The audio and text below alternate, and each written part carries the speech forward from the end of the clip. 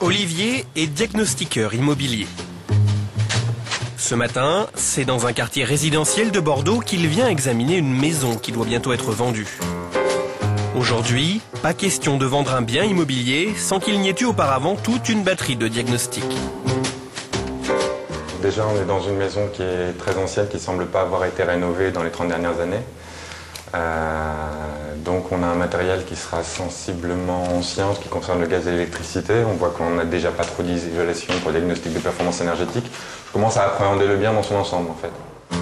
Depuis novembre 2007, les diagnostics doivent informer les acheteurs sur l'état réel du bien qu'ils convoitent. Car il y a souvent des surprises lorsque l'on gratte un peu l'envers du décor. Là on voit des dégradations symptomatiques des dégradations par les termites qui ont dégradé le bois pour se nourrir et pour avancer dans la maison. Après les termites dans le plancher, il y a aussi ce tuyau en amiante.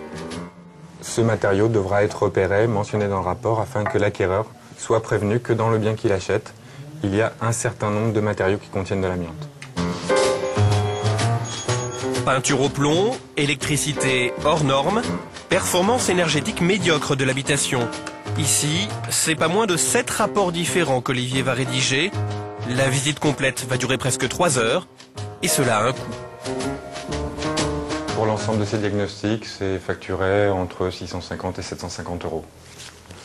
C'est les prix qui se pratiquent en moyenne. Voilà, c'est le prix courant pour une maison moyenne.